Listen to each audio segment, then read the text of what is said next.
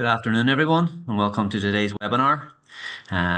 We are aiming to focus on complex insolvency challenges, which I'm sure many of you will be aware of. There are lots of those in dealing with personal insolvency cases in Ireland. I was speaking with a colleague this morning, and when I was explaining our topic for today, she asked, "Are all the cases not complex?" But we're maybe aiming to look at the ones that are more complex than others, and the challenges we face, the options and solutions that are available. I'm pleased to introduce our speaker today, Ronan Duffy. Ronan is one of the most experienced personal insolvency practitioners in the country, and he loves nothing more than complex insolvency cases. So without further ado, I'll pass you over to Ronan. Right. Hello. Hello, everybody. Sorry, wait a second. Just trying to... Can you see me? Oh, Yeah. right. Okay. Right. Can you all see me? Is that right, Damien? Yes. Right. I am, as Damien said, Ronan Duffy. I'm a PIP with McCambridge Duffy. And we have, within McCambridge Duffy, we actually have four PIPs. We have obviously a good deal of experience in the personal insolvency field. And in today's presentation or webinar, sorry, I wanted to tackle in particular some of the more complex cases that we've seen in recent years. But just before I kick off, I wanted to sort of take a moment to kind of reflect of the journey that we have been on in Ireland. It's not that long ago. Well, I mean, it's 12, 13 years ago that the insolvency regime was overhauled, and it was overhauled, quite dramatically compared to where we were. It was only if you think it was recently as 2006, 2007 in Ireland we had a very, very harsh insolvency regime, and it was so harsh that it wasn't actually used. It was in 2006, if you went insolvent in Ireland, you were literally one in a million. And I always sort of look back to that the insolvency regime that Ireland had up to that point was actually harsher than the insolvency regime that Genghis Khan had and it was codified in their book, the Yasser. So it seems very strange then that obviously there was a need within Ireland for the insolvency regime to be overhauled. The Personal Insolvency Act was introduced. And it is 12, 13 years. So I was saying that doesn't seem like an awful long time. And the reason being is that, in those 12, 13 years, the insolvency regime has become established, has evolved actually quite significantly. But it has been what I think I'm looking at it has taken that time to bed in. I actually I acted as an insolvency practitioner on the first case under the legislation, which was a DSA, and I remember being sort of very focused on the mechanics of it and less focused perhaps on the impact. And the debtor afterwards sort of wrote to us and said that McCambridge Duffy had saved his life, which at the time I kind of felt I was humbled, but I was almost embarrassed because I'd been too focused about the clauses and the mechanics of making it all work. Fast forward 12, 13 years, and we now have a regime which it is utilized, and it is there, and it's there for very good reason. And it's basically returning people, taking them out of insolvency, returning them to solvency, and hopefully back to economic activity. Taking that cloud of away from that's been following them around for years, and in a way as well return some some sort of semblance of returns to their creditors. What we're seeing in recent years, however, is then that we have, obviously, with the rise in the cost of living. Thank you, Mr. Putin, for your, both the contributing to the energy cost crisis and the food cost crisis. But we've had obviously significant pressures on the cost of living. Those pressures, as economists will tell you, when that those inflationary pressures rise, the central banks tasked with keeping inflation down do what they do, and that's increase the base rates. And obviously 2022, 2023, we had 10 increases in ECB base rates, and that leads to the pressures on debtors, which have combined with the pressures of affordability from the energy crisis, the cost of living, food crisis, etc. It makes it all very, very difficult. So that's what we have witnessed.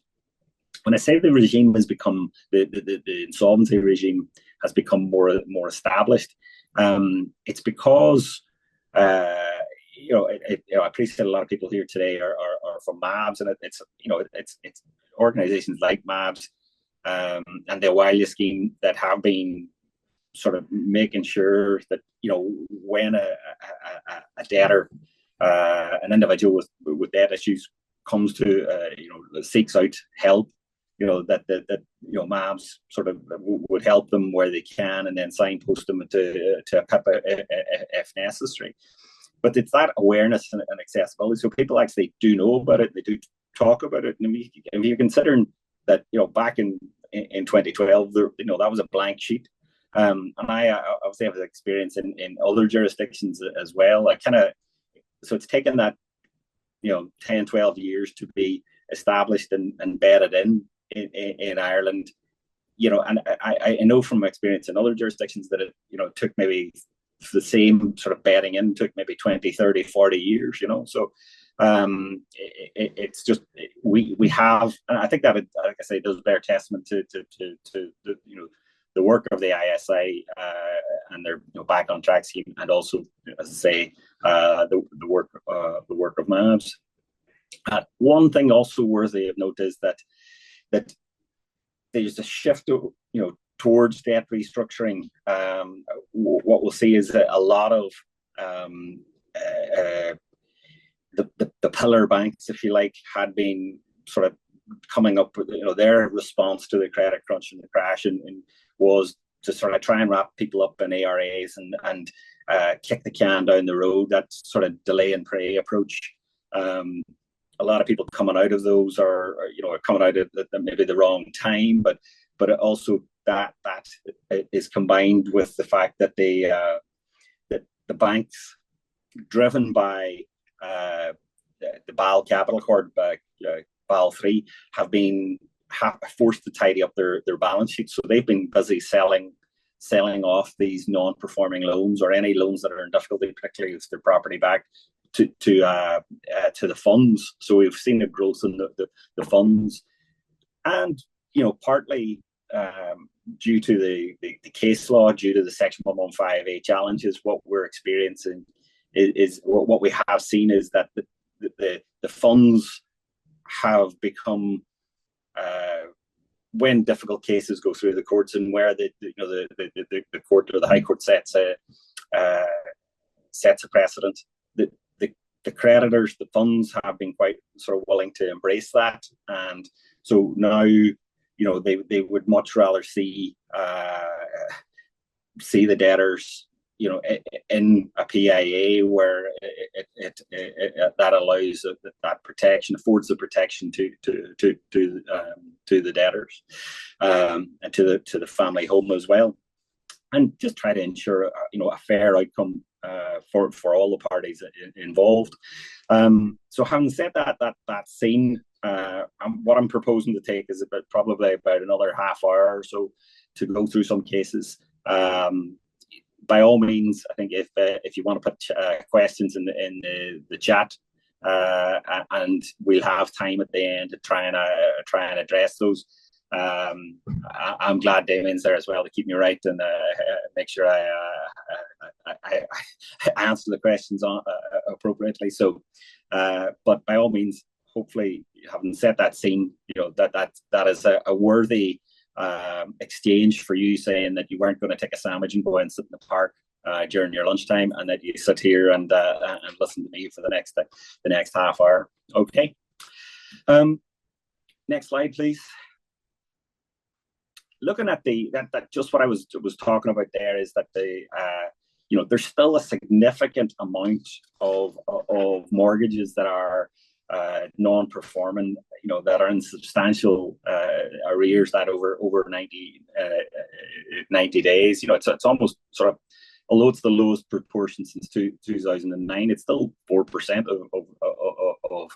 of mortgages which are over 90 days in arrears, and that's beyond those. And I don't need to preach to you guys to think beyond those stats. That's 4% of families who are in significant arrears, significant stress. It's following them around like a black cloud, and it impacts relationships. It impacts family life. It impacts from when they waking up in the morning until they go to bed. It's not it's not easy. Although the sort of the central bank might sort of say, well,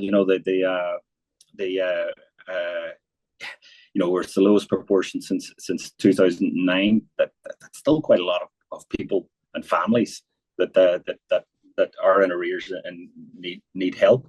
And as it was alluding to as well, that the banks were tending to wrap cases up in ARAs, alternative arrangement, but a lot of them are coming to an end. A lot of them are, we're getting approached by debtors who are saying, listen, I'm coming out of this in 3 years or 4 years or whatever it is. Maybe it's a warehouse, and there's no way of addressing or paying the amount that got wrapped up and warehoused. So although those ARAs don't even account in the long-term arrears, it is there's still an underlying problem there.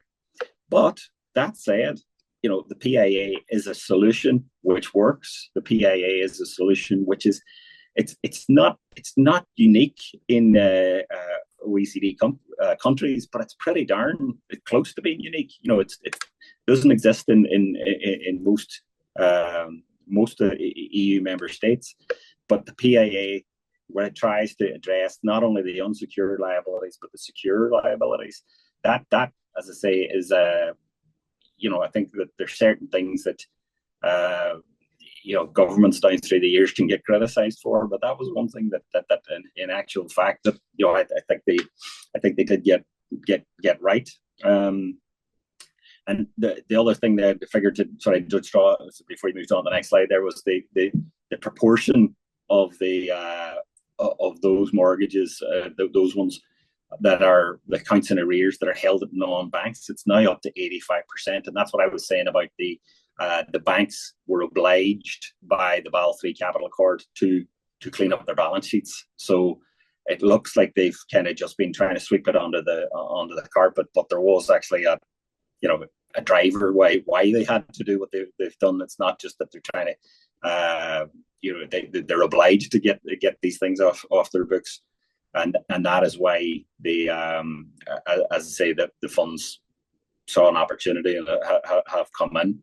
I know some of them get called sort of vulture funds and so forth, but I think Damien's diplomatic non-banks is probably appropriate enough.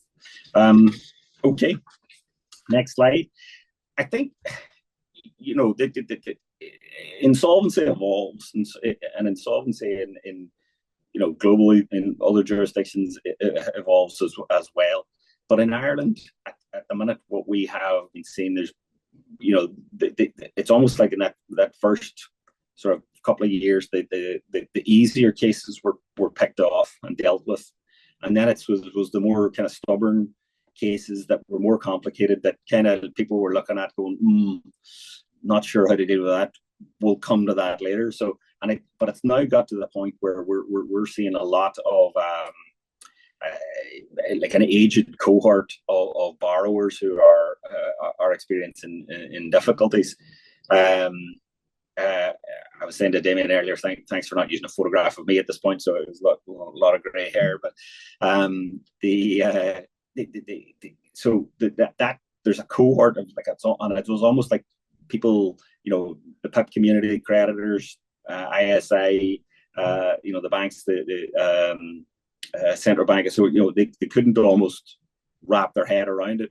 In the past couple of years, we have seen that move forward. We've seen it move forward by PIPs putting forward cases that are, solutions that a couple of years back would have been thought, laughable or sort of out there.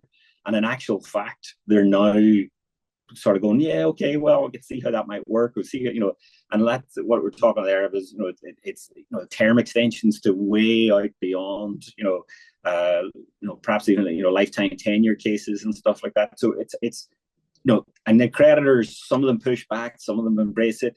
Sometimes it goes to Section 115A, and then the court rules that, and then at that, having set that precedent, creditors quite often come back and go, okay, we've got this batch of other cases, rather than them go through the 115A, we just adopt that practice for that. And so that's why that body of precedent is so important. And actually, I remember when I was one of 5 PIPs who met with the then Taoiseach and the Kenny about the bank veto and what could be done about it. And I confess, I kind of thought, listen, you should, I didn't really see how the court mechanism would work. My view was always canvass creditor opinion and then move on.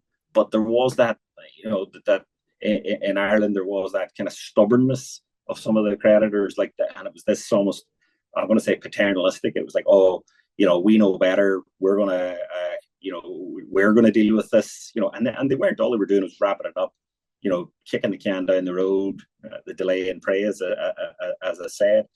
But there are, the how it's been dealt with in the past couple of years through the Section 115As, the body of precedent, creditors, and not necessarily embracing but accepting some of the outcomes,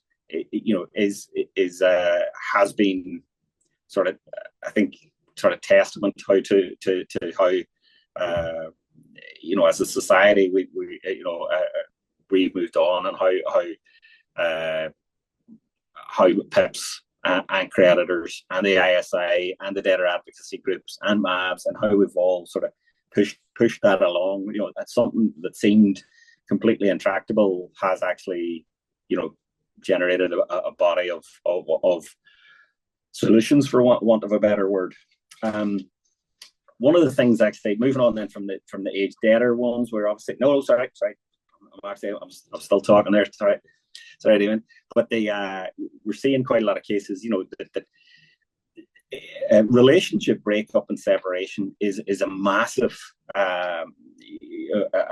driver in insolvency. And quite often, you would be aware that financial pressures lead to strain on relationships, which lead to breakup. Now, it was always a kind of, I remember reading an academic paper on insolvencies in the UK, and it was estimated at 90% of bankrupts in the UK were divorced or separated. And I always thought, no, the actual interesting question is, are they divorced or separated because of the bankruptcy, or are they bankrupt because of the divorce or the separation? That to me would seem less clear. So, but we've had some success recently as well with dealing with the interaction between insolvency and family law, and I'll come on to that. I've already touched on the age aspect, and if you think about it, part of it was that's when the mortgage is supposed to end. That's they're going to stop working at that point, and it's how you how you maybe embrace looking beyond retirement age, and likewise, people who are in arrears, but there's equity in the properties. If you think about it, that delay and pray approaches of a lot of the banks actually made sense. Oh, sorry, apologies. Sorry, somebody's trying to phone me on my iPad there. And if that made sense from their perspective, because then the property prices were back to 2008 levels, but there's people then with equity in their properties who can't afford to deal with the residual mortgage as it is, and it's what you do with those. We're going to touch again on sort of some repossession orders, but obviously we know that the banks are a lot more active in this area, and they're looking to activate previously granted orders. They're looking to it's still not massive levels. I mean, I was speaking to a solicitor who was saying about how aggressive the banks were, and I was still going, look at the volumes. The volumes compared to the if you're saying that there's the level of possessions is probably still not where you might have expected, So and obviously then, given that we're based up in the northwest, obviously Micah, and the pyrite property scene is a massive issue. It's not limited to Donegal, but we do see it elsewhere. But obviously it's maybe some of you further down the country don't see the bumper stickers that we see, but it is a massive issue that still requires being dealt with. Next slide, Damien. Okay, so this is an age challenge case, and it was one of those I was alluding to, the Section 115A appeals. This was a very Helen, it was a difficult case, but quite often, they say that difficult cases make bad law, but in actual fact, sometimes difficult cases are necessary to shine a light on what the solution might actually be. Now, Helen, she was 60. She was separated. The PPR had a value of 420,000, so there's equity there compared to the mortgage of 240, and this went through the Pepper had been at that point rejecting a lot of cases, and we put out the lowest rate that we had previously done at that point was about 2.5%, but that wouldn't have dealt with the issue in this case. It was just in terms of the affordability and so forth. What we needed to do was something a bit more dramatic, something a bit more out there, shall I say. And what we came up with was a reduced rate to 0.5%, fixed for 17 years. Now, that's to say, each sort of solution is tailored to the particular case. And but we did have people coming along, I want 17 years and 0.5%. But in actual fact, whatever solution would be in their case will be tailored to their circumstances. In this particular set of circumstances, it was 17 years, it was 0.5%, and it was it grabbed headlines because for just that reason. And I did sort of, I think in the articles at the time when I was interviewed by the press, I was going like, look, just to manage expectations. It was specific to this case, but it did show that the Section 115A appeal process, that it works, that the mortgage repayment was restructured to an affordable level, and it gives the debtor certainty around the 17-year period, gives the debtor certainty around the rate, it gives the debtor time to stay in their home, and it was then after that there was the creditors tend to review the cases that they have with PIPs, and try and say, okay, these are similar cases. Will we deal with these in the same way? And there's a back and forth to try and reduce the number of Section 115A appeals. But as I say, that was a really tricky case, and it did grab the headlines. But like I say, it shows that although there's complicated circumstances out there, there's complicated solutions as well. So, but you still can find a solution to do those issues. Next slide, Damien. This was another one.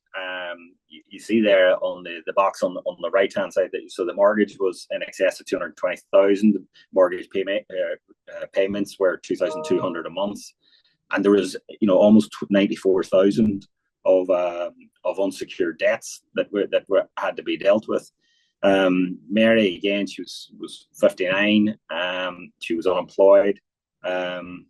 Was this an Offaly case, Damien? I'm trying to remember. Oh, sorry, you're on mute and I've asked you a question. Sorry. Was that an Offaly case? Yeah, County Offaly, yeah. Yeah. So, there's cases the length and breadth of the country, but I mean, this one was, it was pretty tricky. What we looked at the circumstances, looked at, the household income, and tried to address with it in the round. Now, we put forward a PIA where the mortgage repayments, instead of being 2,200, were 938.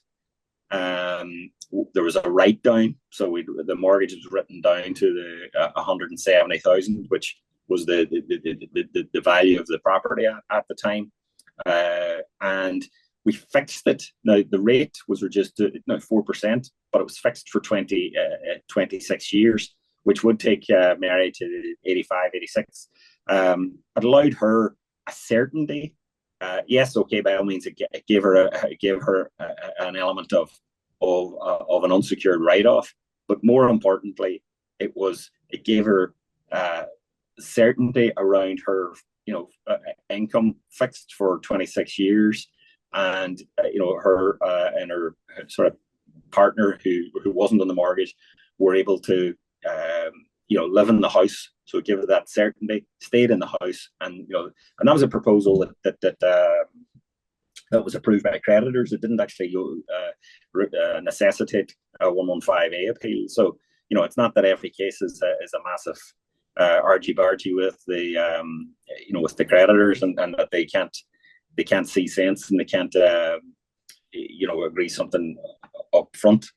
But it was a case that was good because there was limited surplus income, and it protected against any future rate rises, and we had done an element of stress testing on the I&E. Typically, we would use a sort of a 2% to round affordability, demonstrating that the evaluating the circumstances in sort of slightly less favourable circumstances. Next one, please. Damien, I love these photos. Whoever got them, but this one was actually a particular one because it was it was another age challenge case, and it was Susan was a widow, and her son had lived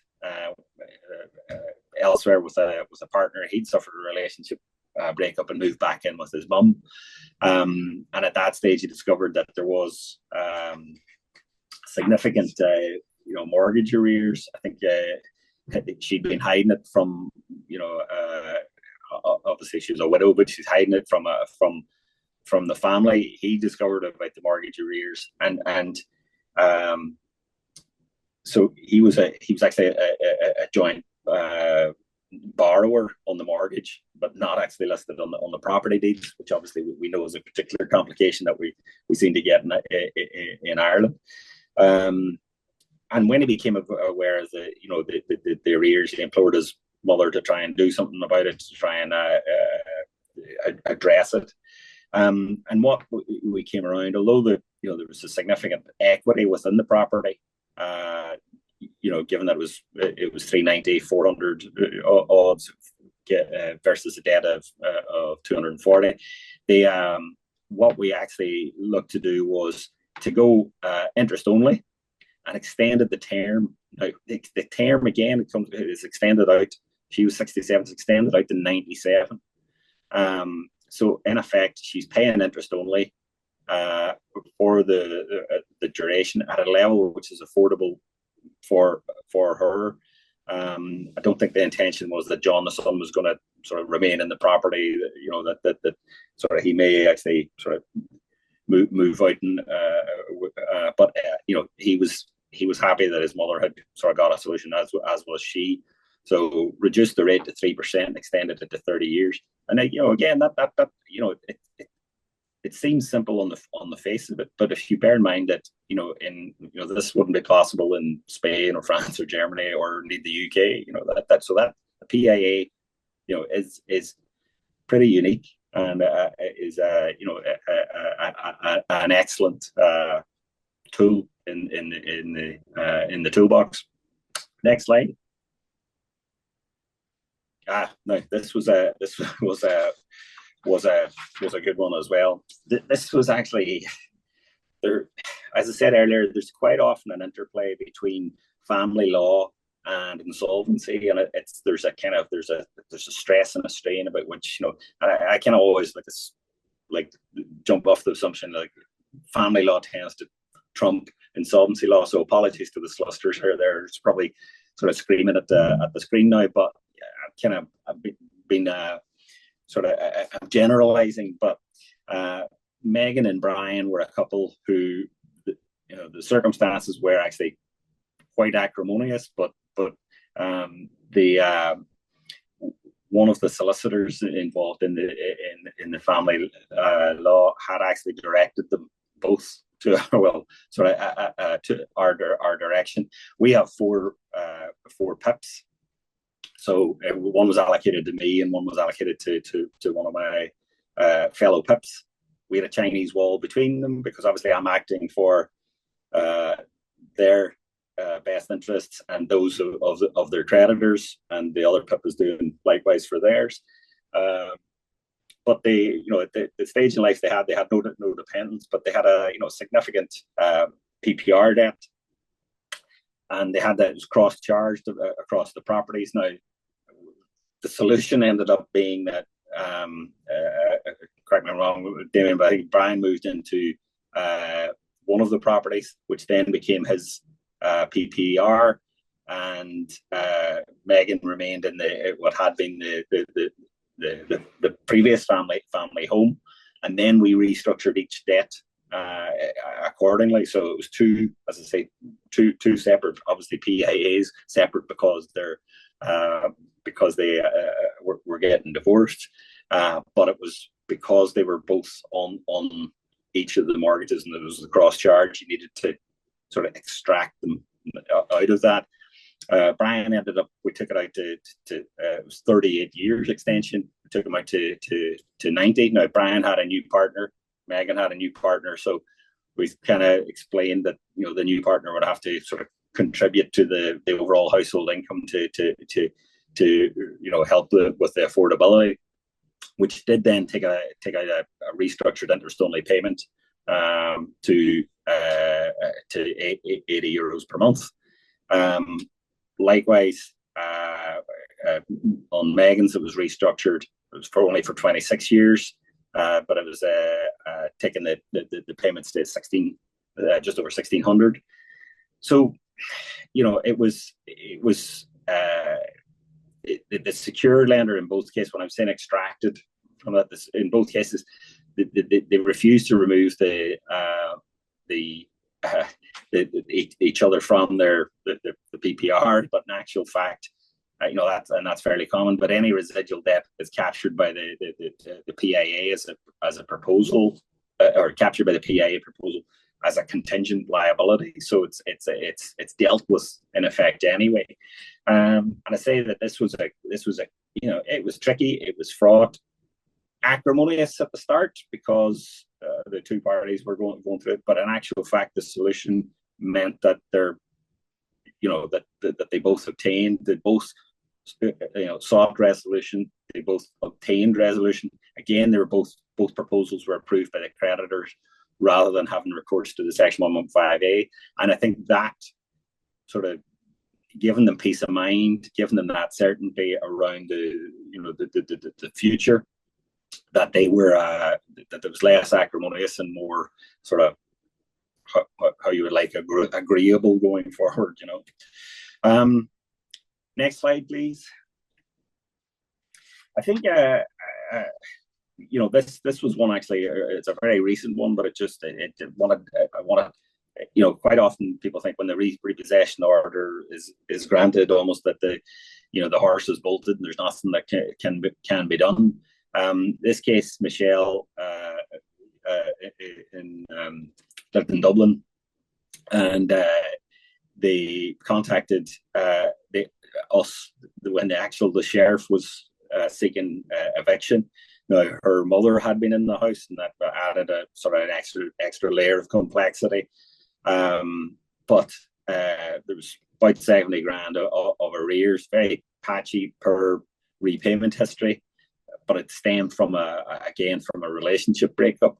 And we, as I say, the debtor contacted us there just in the 1st of April. We liaised with the mortgage lender, well, actually the fund in that one, requested a stay. The sheriff was stood down, and we have a PC in place now, and we have the sort of skeleton agreement with the we need to sort of finalize some aspects of it, but we've got an agreement whereby the DI, which is calculated, the disposable income is calculated at 1,800 per month, but that's with sort of a new partner who's also sort of moved into the house, making a contribution to the mortgage, so it makes it that degree more affordable.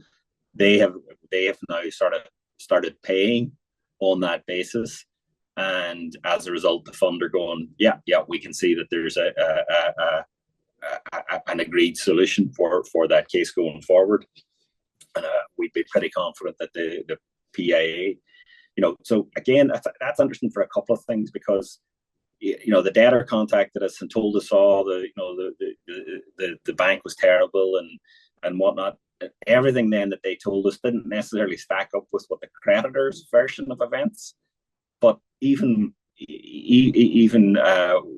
with that sort of degree of hang on a sec, they were prepared to put a stay on the eviction, ignore the repossession order rather than go gung-ho at it, and try and come up with a solution which kept the debtor in the home, allowed for her mother to remain in the family home, and it results then in they have a very poor repayment history. Previously, a lot of cases you had to demonstrate a payment history before it would go to Section 115A, and it would be sort of fairly onerous that they didn't pay this on this, and and it's actually, so they've actually only paid sort of 1 month. We'll be expecting them to pay another shortly, but it's actually then the creditor are kind of going, yeah, okay, within that 70 days of the PC we can agree something, get it in place. Okay, so next slide, please.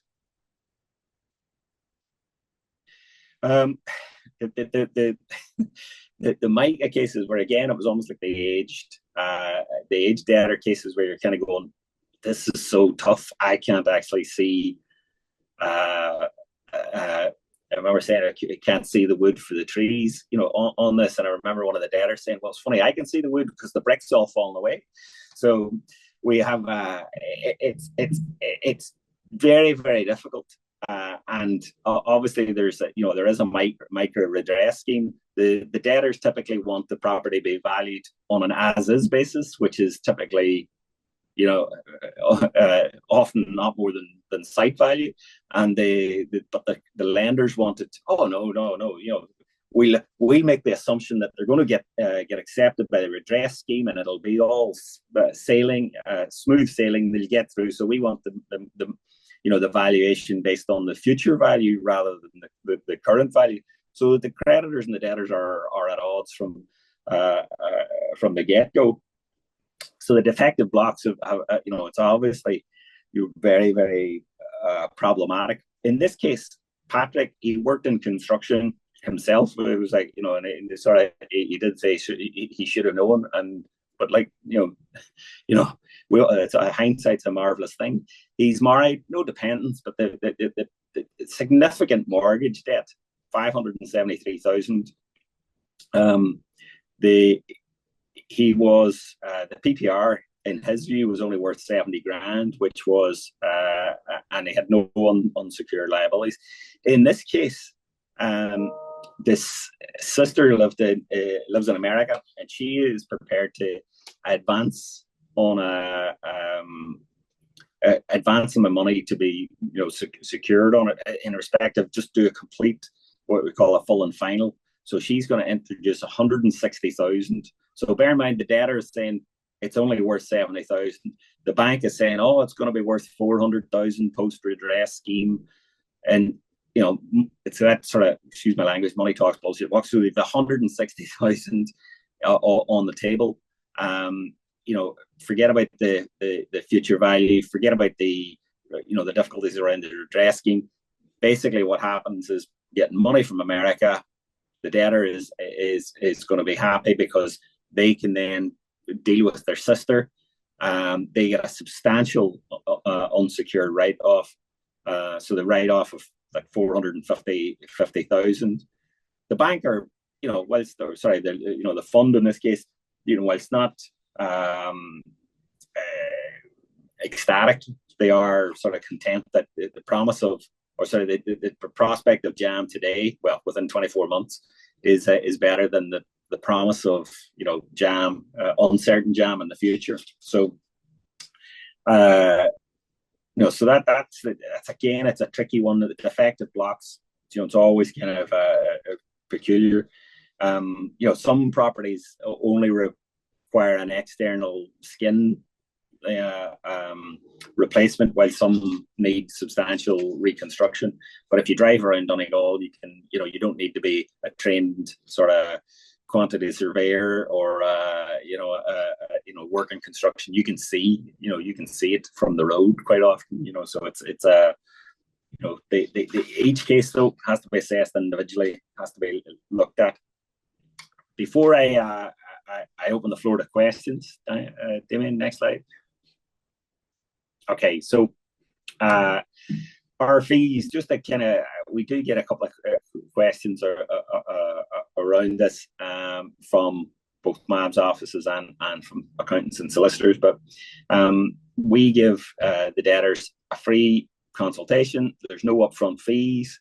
Our fees get built into the PIA or in circumstances the DSA, but they get built into the PIA. There's no additional fees around that. So whatever's in the proposal and outlined in the proposal is all that we would be seeking. So it's agreed with the debtor when we pull a proposal together, and then it's voted on and agreed by the creditors as well. And so what we're actually saying is it's no win, no fee. So if you don't get the arrangement put in place, then McCambridge Duffy isn't getting a fee in it, and that's because we're confident in our ability, we're confident in our sort of track record, and so I just think that's worthwhile. Damien, there we go. I'm actually slightly behind where I thought I was going to be, which is not a surprise for me, perhaps, but I'm quite happy to open the floor to questions. Yeah. So I think we've sort of covered this as well. Thoughts on later time finance for age challenged clients. I know that was back at the start of the webinar, and we've sort of covered that there is a huge portion of debtors needing help that maybe are in that age challenged category, Ronan, isn't it? Yeah. I mean, it's like I say, that is the hopefully we did address that as we went through, but it's actually was the area where I was kind of saying, sort of 3-4 years we were sort of beating our head off the wall, kind of going like, we would there is no solution here, but quite often if you're extending it out, the arrangement, if you're tweaking the rate, or you're extending it out to 70, 80, sorry, 75, 80, 90, even that case going out to 97, that then, it is no longer intractable. There is a solution. If you're going, and if they're going interest only, then, and the case is put out for, extend the term, it gives the debtor and the family certainty around that they get to remain in the house in their in their twilight years. They have certainty around the level of income, and it just makes it affordable. What happens from the creditors, which I think is spotted as the next question, is that so someone who has a lifetime tenure, and they're allowed to say that they're allowed to stay in, or the mortgage is restructured out to 90. I'd say they're 82. Typically at that point, the case is run for maybe run its course. The PA is dealt with, and then but after the mortgage structure remains in place, and so they've got a certainty up to the level of age of 90. However, they have health problems, they pass away, and the property is then dealt with as part of the estate. Now, if if the property is sold, then the mortgage, the amount that was outstanding gets dealt with and gets addressed with at that point. And however, if they're, the family wish to sort of do something, with pay off the mortgage at that point, that's sort of also doable. We have a question from Marita too. Ronan, where a person is on a mortgage but not on deeds of the house, can you call on their 50% of the debt to be paid on separation? How can you legally get them to pay their half of the loan? So it's probably a joint and several sort of issue there as well for them. It is. It's one of those ones that, again, we've experience of, land registries in other jurisdictions, and I remember sort of encountering this first in a case in Mayo, and I'm sort of going, how can that be right? That can't be right. That's just impossible. And then you start to encounter not only cases in Mayo, but the length and breadth of the country, and you're kind of going, oh, okay. So the person isn't on the deeds, but they're on the mortgage, but they're expected to, they're liable for the debt, but they're not entitled to the asset. Marita, you're quite right about their the interplay between the family law, based on the divorce proceedings and so forth. And we had quite a lot of cases where one of the spouses had left and gone to Australia or Canada, and it's like, look, what are you expected to deal with, or how are you expected to deal with those?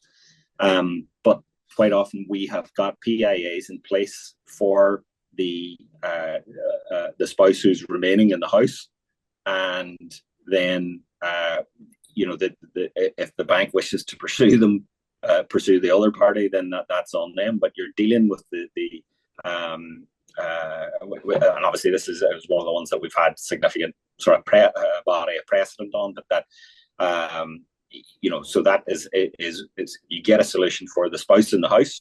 Sorry, that's a terrible rhyme, but the party who's remaining in the house gets that certainty, gets that closure, and whether or not the other party ever returns to the jurisdiction, ever gets it has to get paid by the bank or pay up the bank, then that's on them. It's on the bank. Okay. Anything else? What was the question from Pascal here? You may not be. What would you be thinking about Spry Finance? I think they're the seniors' money, debt for equity options, isn't it, in Ireland? And I know we tried to do debt for equity and arrangements as well in the past. Yeah, it's listen. Again, you're quite right. It may not be able to comment. Sometimes there are solutions that are that do work. Sometimes there are, and again, I know about these sort of lifetime mortgages and so forth. It can be very, very expensive. And I think it's like I've dealt with cases where I've kind of had that sort of, they did what, but quite often that's before they come to see us. However, it goes back to the point that I made about, hard cases, complex cases require complex solutions. So I'm not entirely sort of, shooting anything down. I'm just sort of saying that those quite often those lifetime mortgages, they and those seniors equity release schemes can seem very costly, and it's, but effectively, if you think about it, what a lot of them are doing is they're taking a bet on how long somebody's going to live, and that's their raison d'etre, So, any other questions? Was there any, Damien, that you had there was somebody that's submitted some questions before? A lot of the questions that we did have beforehand were driven around age challenged debtors being able to help obviously the debtor with the low repayment capacity and 55 plus maybe. And I think you touched on a lot of those. A lot of those debtors would be in advanced stages of repossession as well, under a lot of stress. So that was the main sort of questions that we find from advisors, having to deal with people, dealing with their clients who maybe feel that there's no solution out there for them. That is right. And again, it comes back to when I was saying about that first case where I was kind of focused on the mechanics and stuff. It's happened so many times in the past couple of years where you've been speaking to somebody to give them the good news that either the creditors have accepted their proposal, or the court has ruled on the Section 115A, and that their case has been accepted and their arrangement's been improved, and they just break down. And I was like, then they break down in tears, and you're kind of like going, it's good news, it's good news, but it's the stress and strain that they have been carrying around for years. And it's that coming out, that emotion of that there is a solution. There's a solution now in place, and So I remember being very surprised that they were at the first time I had that reaction with somebody in the aged cohort. I wouldn't call her an elderly woman, but she was, she just broke down, and it was I'm sort of offering tissues and kind of looking around, going, it's good news. I was not expecting this, but it's just that they've walked around, and that cloud has been above their head for maybe 10 years. And then when you put something in place that is affordable, gives them certainty, and allows them to remain in their home with dignity, and then you can't really put a price on that. And it is it's why the complex cases and the complex solutions to those complex cases are so worthwhile, because like I say, the insolvency regime, the insolvency framework has evolved, but so has creditor attitudes, creditor behavior, so has, and that combined with the debtor awareness has meant that we can find those solutions. I remember sort of some of the early conversations where people were kind of like, well, what do you do about a case like this? And you're like, don't know, and it's like, now that there are, the body of precedent, that there are, creditors, typically non-banks, the funds that are, okay, they have some of them have a bad reputation in terms of like their funds, not banks, but they're willing to push things out. They're willing to go the extra mile, and debt forgiveness to them is nothing new, where to some of the pillar banks it remains an anathema. So we can find solutions, to and solve those complex cases. Any other questions come in? We have a question here. If a person is separated and gave up their interest and equity in the family home as part of the separation agreement, and the party remaining was supposed to pay the mortgage, but now is in arrears, can the mortgage be considered as an unsecured debt for the person no longer living in the property? Yeah, that's where I was coming to. Now it depends on the case, but it that's where it comes down to, the interplay of um, the family law proceedings and the insolvency law. Now, if there's something there in place, like I say, typically the notwithstanding what happens on the separation agreement, that the mortgage lender typically doesn't let somebody off the mortgage, but in such cases, we have had people come to us and say, listen, I thought this was dealt with. My mortgage, my divorce was 10 years ago or whatever. And you look at the official family proceedings, whatever the outcome of that, how it was agreed and how it was dealt with, and then you try and work out what's the impact now, and what is is the bank looking to pursue for for residual. So yeah, I mean, it can be tricky, but that's almost the flip side of them saying, where one of the parties has gone to Canada or Australia or whatever. So. Yeah, we're seeing debtors approach us with the family law order, basically saying maybe that the ex-partner who no longer lives in the property is to be removed from the mortgage, which can obviously be difficult if a debtor is approaching us and there's arrears. It's usually an application that has to be made to the secured lender as well, and agreement from all parties to remove the person, remove the person's liability. So something that can be built into a PIA, but the actual time frame is important, because if someone's approaching us with a family law order that they were to be basically the ex-partner removed maybe 2 years ago, that's a problem. You know what I mean? So Yeah, to move fast is important. so it depends on the circumstances. Yeah. Just to note, I have a client who reverted to her service recently. She entered into a PIA in 21 and has defaulted. Their arrears on her mortgage were capitalized under the PIA and mortgage term increased. She was on a tracker rate, and unfortunately, with the increases in interest rates over the past few years, she could not maintain the payments. So I'm not sure if that's a failed PIA or if the person's still in a PIA. You can maybe look at a variation, Ronan, would you? If it's still in the PIA, yeah, that is obviously you get PIA is a one shot opportunity. So Here I see, unfortunately, by the looks of it. it's sorry. Catherine just updated it that it was a failed PIA then, It's unfortunately. failed. Well, in that case, we have cases like that where they're still within the arrangement where we look to vary. In effect, you reassess and you go back to, because life happens and things happen. Now, the one time PIA is something that creditors advocated for and lobbied for back in 2009, 2010, but like, to my mind, why? Because of you have a circumstances where somebody went into a PIA, but 20 years later, life moves on. Maybe they're in a different relationship. Maybe they're in a different house, different but life still happens. Those insolvency triggers still happen. They still, there's still bereavement. There's still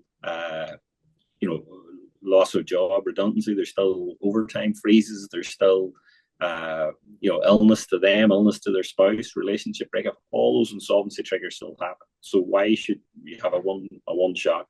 So it is something that we have flagged to on the ISI legislation reviews. We do. We've had a few approach us as well. Unfortunately, they've used the one PIA. We would encourage them then maybe just to approach the secured lender directly and work through the arrear support unit. And they are hopefully maybe more helpful than they were in the past as well, some of the creditors. A question from Marita here, Ronan. Tax debts for payment of back taxes for people with good salaries but low cash flow. Are you able to restructure, reduce the debt, or what do you recommend for affordable repayment? Well, obviously, I recommend that they do seek help. I mean, the revenue commissioners can sort of opt into arrangements or opt out.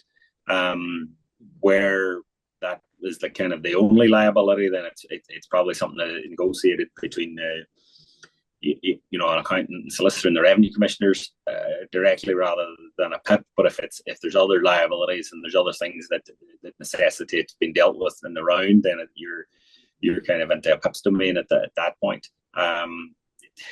The revenue commissioners, they're not the worst by far. They can be problematic sometimes, but they're at least they're kind of understandable and consistent in their approach, and I think that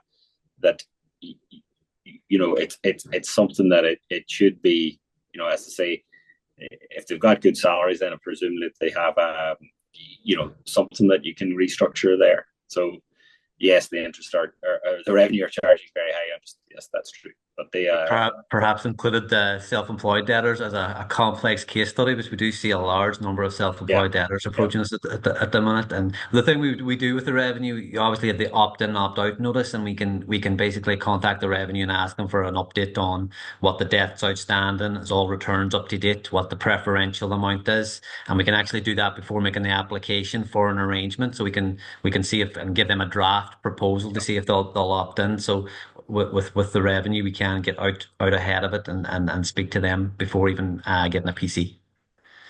But that sort of the opt in opt out is isn't is again they're prepared to work with people in the circumstances, and they do have a sort of a unit for dealing with it. Yeah. And then just a comment, revenue are charging very high interest, which we would have seen in the past. Yeah. Yeah. I think that's everything. That's all our questions. Thank you, Ronan. Yeah, well, it's just after 2:00, so Damien, we did well to get it done. We have been known to run over, so that was good going. We have been known, yeah. Hopefully that is. I think there's the slides included our contact details. If you have any cases or any queries that you want to discuss, then please do reach out. Hopefully, if you've you'll get a sort of feedback questionnaire for this that you can sort of. We're happy to run topics on or run webinars on various topics. So by all means, let us know if there's anything you'd like us to cover. And the sun is still shining, and hopefully you'll be able to get sit in the park with your sandwich now rather than an hour ago. But hopefully you'll find that you found that the time was well spent, and I'm very grateful for you taking the time to spend it with us. Okay. Well, next time, folks, thank you very much. Take care. Thank you. Thanks, Ty.